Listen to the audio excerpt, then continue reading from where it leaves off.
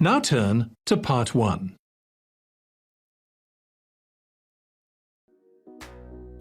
Part 1. You'll hear a man calling a catering company. First, you have some time to look at questions 1 to 5.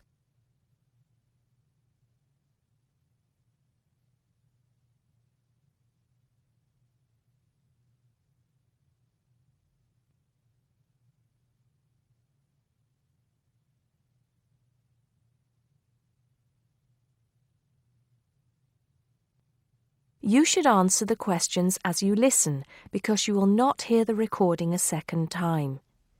Listen carefully and answer questions 1 to 5. Hello, 5-star caterers. Can I help you? Oh, yes. I spoke to you an hour ago about the arrangements for our end-of-term party. Oh, that's right. It's Mr. Saunders, isn't it? Actually, it's Sanders. That's S-A-N-D-E-R-S. Oh, I'm sorry. I'll just get that down correctly on the form. Okay, Mr. Sanders, sorry about that. No problem. Well, I've got the details you asked for, so I thought I should call you back quickly and book. Good. Let's fill in the form, shall we? Great. First of all, can you give me a telephone number? Somewhere where you can be contacted during the day. Yes, it's 445-6786. 445-6786. Okay. And do you have a number where you can be contacted outside of office hours? Well, I'm at work till late in the evening, so use the same number, and if I'm not there, you can leave a message. Thanks. I'll make a note of that. And how many guests shall I put down? Okay, that's changed. So instead of the figure I gave you before of 85, it's now only 50. It's much lower, I'm afraid, because a lot of people can't make that date. That's not a problem. Can you remind me of the date we'd set? Yes, it's the 25th of June. Okay, that's fine. Before you hear the rest of the conversation, you have some time to look at questions 6 to 10.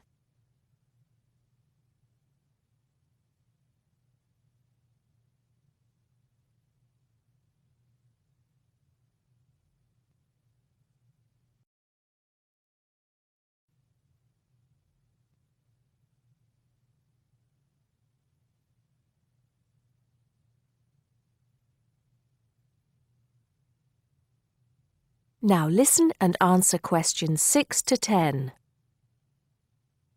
Now, did you have the chance to look at the tables on the website? Yes, I did. And I think the rectangular tables would be good. The long, thin ones. Yes, you could have 2 of those. The only problem is that they're for 24 people. So, you'd only seat 48 people that way. And if you have 50 guests... Oh, I see what you mean. 2 people would have nowhere to sit. What about the square ones? You'd have the same problem with numbers. Usually, for 50 people, we find the round tables work well. Not the smaller ones. They only seat 6 people. The ones that seat 10, the large ones. So do you think we should have 5 of those? I think that would work well. Okay, that's what we'll do then. Fine.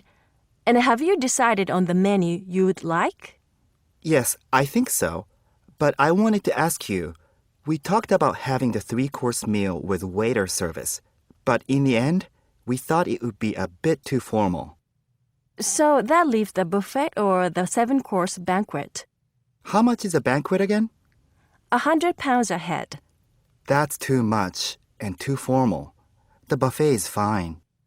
Okay, so I think I've got everything. We'd need a deposit of 50% of the total. Right. What's the total? Just a minute.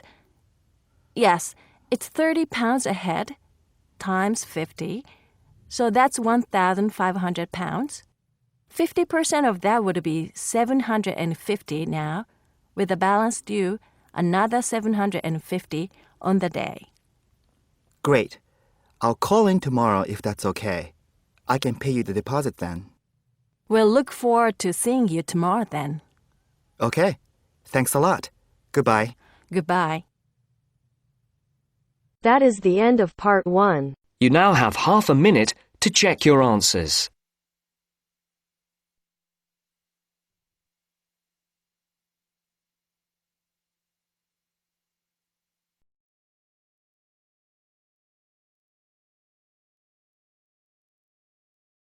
Now turns to part 2.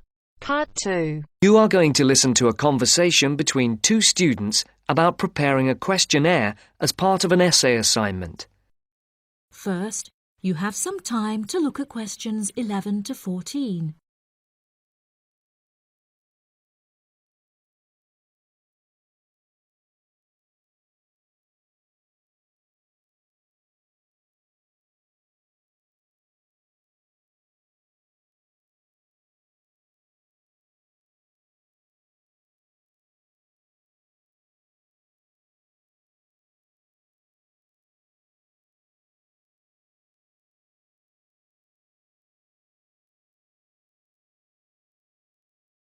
Now listen carefully and answer questions 11 to 14.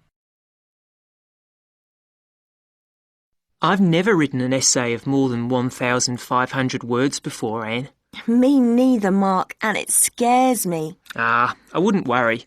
We'll just have to pretend it's 4 essays of 1,500 words and join them together.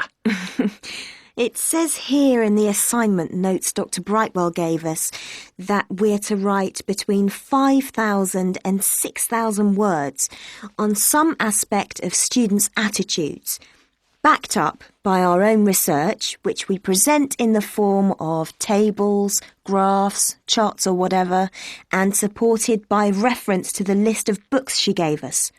Oh, I didn't realise there had been so many social science books written about students. Oh, yeah. There are a lot. And the questionnaire? Yes. We have to prepare a questionnaire to gather our own data for the graphs, etc., and hand it in to Dr. Brightwell in draft form in 2 weeks' time. 2 weeks? That's what she said, and what it says here. She says that it's better to have it checked before we go on to collect the information and start the writing. Suppose she's right. We'd better get started then. But she didn't say how we were going to put the questionnaire together. Does it say anything in the notes? Nope. It only says that we are limited to 4 sides of A4 and no more than 50 questions. If that's the case, it's not that bad. Before you hear the rest of the programme, you have some time to look at questions 15 to 20.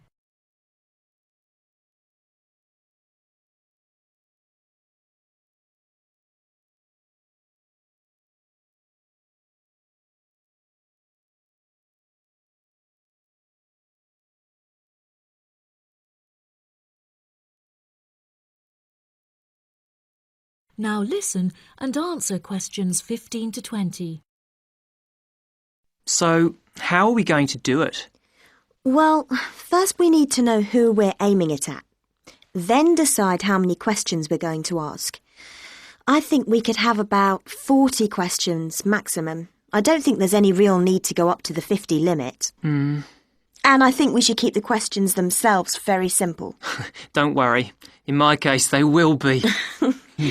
We could have a mixture of question types like multiple choice questions, yes, no, and agree, disagree, with boxes for people to tick. If people are asked to write down anything, it's unlikely they will fill it in. So, are we going to give this questionnaire out to people to hand in, or are we going to just stop and ask them around the campus or on the street? I don't really know. Did she say anything about this? No, she didn't. And there is nothing in these notes she gave us either. I think we ought to give them out. OK. Anyway, it won't affect the way we design the questionnaire. We're both doing it on different subjects, but there's nothing wrong with pooling our ideas about the mechanism of the questionnaire. No, none. What are you doing your project on? I've been thinking about doing something around the subject of how aware students are of world affairs. People think that we're all up to date, but I very much doubt it. It would also be interesting to compare students in different years. And you? I'm doing something on health and sport and whether students are more or less active since they came to university. Oh, sounds interesting. As the questionnaires can be anonymous, I'll fill in your first questionnaire for you. But I'm sure you won't be surprised by my answers. Somehow, I don't think so. I suggest we put together about 20 or 25 questions each and then meet tomorrow or the day after and compare them. Are you going to type yours up? Yeah, then I can come round to your place and we can work on them. You've got a laptop, haven't you? Yes, and I've got some new design software so we can play around with the layout. Brilliant. Are you any good at doing charts and things? I know how to do simple things on the computer, but we'll sort something out. OK. I feel much better about all this now. It doesn't seem quite as bad as I first thought. No, don't worry, we'll get it done. That is the end of part 2. You now have half a minute to check your answers.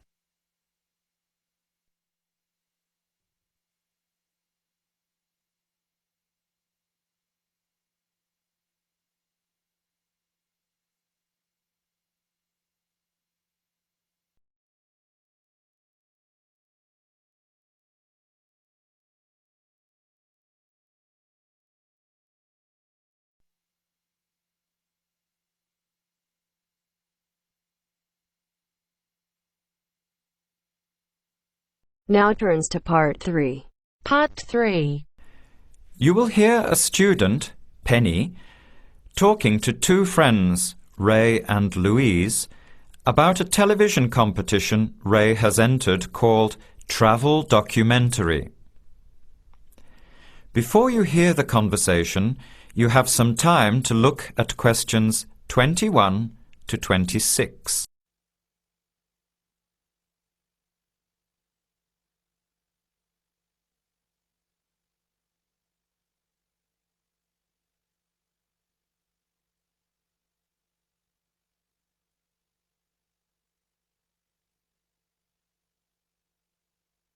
Now, listen carefully and answer questions 21 to 26.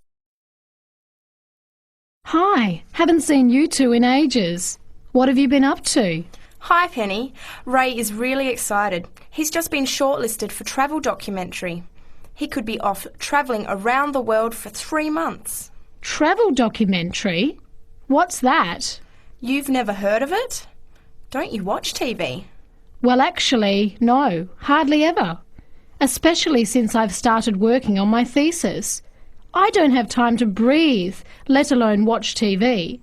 So what's this all about, Ray? Well, actually, it's a competition run by public TV. It involves my two great loves, travel and filmmaking. Is it that program where people are sent around the world making documentary videos? I have heard of it. Fantastic! So you've been chosen? Not yet. I'm one of 34 selected for an interview next week, so I've made it through the first cut. Yeah, there were over 200 applicants from around the country. Pretty amazing, hey? Well, I've been lucky so far. What's the next stage? 13 are chosen from the interview to do a 4-week training course in documentary filmmaking. Then, the 8 finalists get sent off with a video camera to travel around the world. Sounds incredible. What's the catch? The catch is that every 2 weeks you have to send in a 10-minute video from a different part of the world.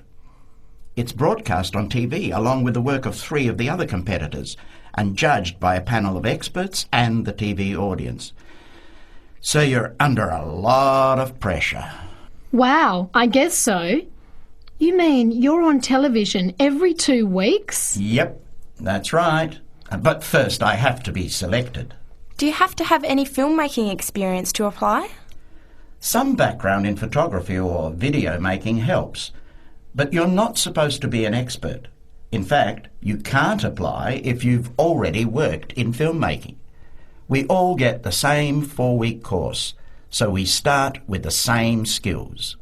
Can you go anywhere in the world you want? Each competitor makes up his or her own travel plans and has to get them approved. Before the conversation continues, you have some time to look at questions 27 to 30.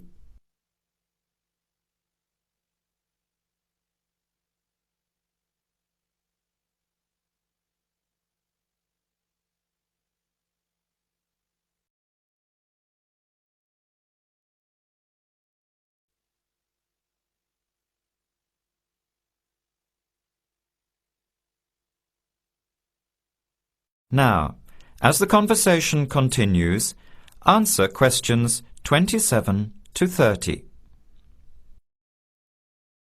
Have you talked with anyone else who has done it? As a matter of fact, just last week I met Sarah Price, a girl from here who did it last year. What did she have to say about it? She said it was the most amazing experience of her life, but it was really tough at times.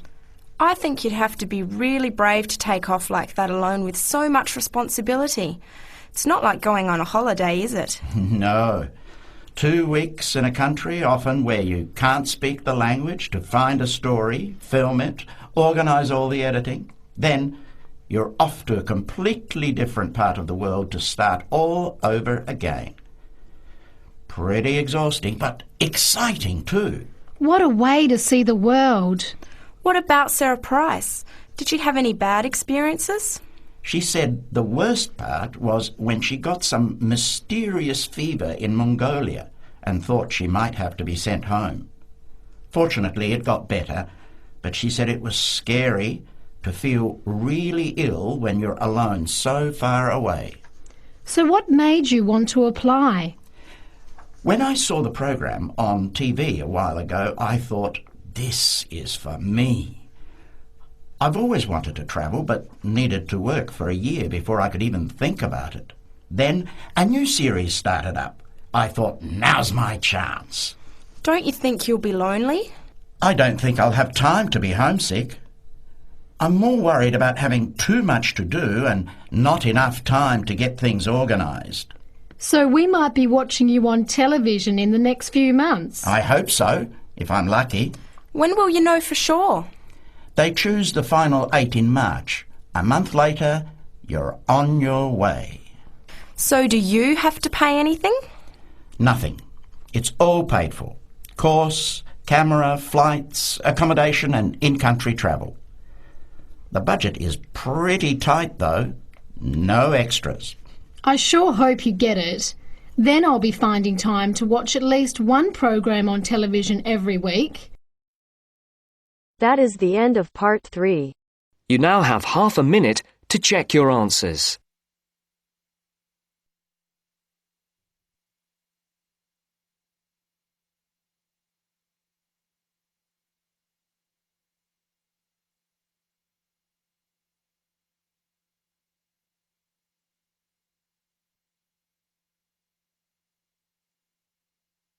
Now turns to part 4. Part 4. You are going to hear a lecture on life at work, which is being given as part of a series of lectures on productivity and work practices. First, look at questions 31 to 35.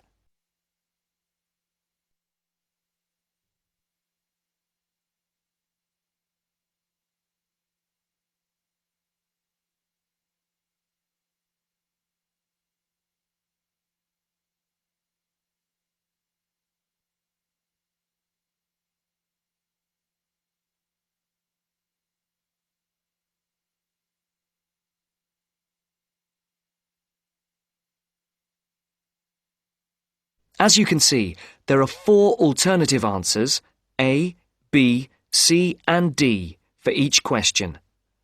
Decide which alternative is the most suitable answer and circle the correct letter.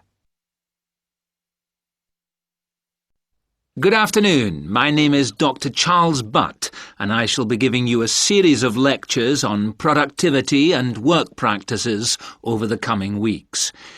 There will be 10 lectures in the mornings as part of this course, and in addition there will be 3 lectures in the evenings from 6 to 8, which will be given by outside speakers. I would like first to look at a recent report on life at work. The report shows that the average British worker takes less than half an hour for lunch, 27 minutes to be precise, and that sick leave is on the increase. The drop in the length of time spent on lunch was 9 minutes when compared to last year, down from 36 minutes. According to the report, this is the first time that the average lunch break has fallen below half an hour. As regards sick leave, you can see that the average figure is 10 days per year. That's up by 1 day in 2002 compared to 2001. While physical illness was given as the most common reason for absence in the case of non-manual workers, stress was the most common cause of long-term absence. It's worth noting here that 9 out of 10 workers claim that stress is a problem in their organisation, and that 8 out of 10 bosses are feeling more stressed than ever before. I would just like to say here that we will be looking at the stress in work and study at a later date. And we'll be looking particularly at ways of dealing with it in studying, particularly for exams. You can see from the calendar that Professor Appleyard will be giving a lecture on this topic the week after next. The report also says that just below 50% of workers claim that they were taking less time off for holidays than they were entitled to. I'm not sure that this will be believed by the employers. Previous surveys have suggested that about 1/3 of days that have been taken by workers as days off sick were regarded by bosses as not being the result of genuine illness. Some more hard data is required to corroborate both these claims. Before the speaker continues, look at questions 36 to 40.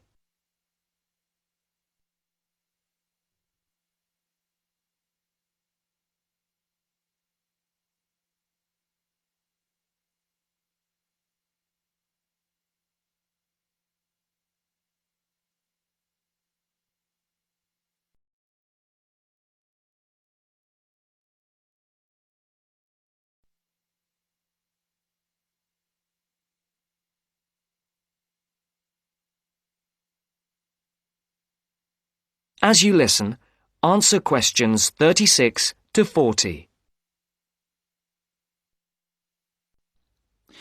All this suggests that employers are driving their workers too hard. The effects of overworking mean that workers are now being stretched beyond their limits, both physically and mentally. This is borne out by the increase in sick leave. However, looked at from the employer's point of view, the picture may not be the same. Employers say that workers protest too much, but bearing in mind the data about the number of bosses feeling much more stress than before, we need to think about this carefully. It's interesting to note that productivity has gone up in many areas of industry. In 2001, the local car plant had one of the sharpest increases in average productivity, with the number of vehicles per employee rising by over 30% a year. A new assembly line came into operation at the beginning of 2002, affecting productivity, which increased to the 100 vehicles per worker mark by the end of the year. This is a stunning achievement for an industry which was not long ago considered to be collapsing. It would be interesting to do a survey of the work life at the plant. Those of you who have opted to do the project and reduce the number of essays you have to do may want to look into this. Please see me at the end of the lecture. Right, now, let us move on to something else which I think... That is the end of part 4. You now have half a minute to check your answers.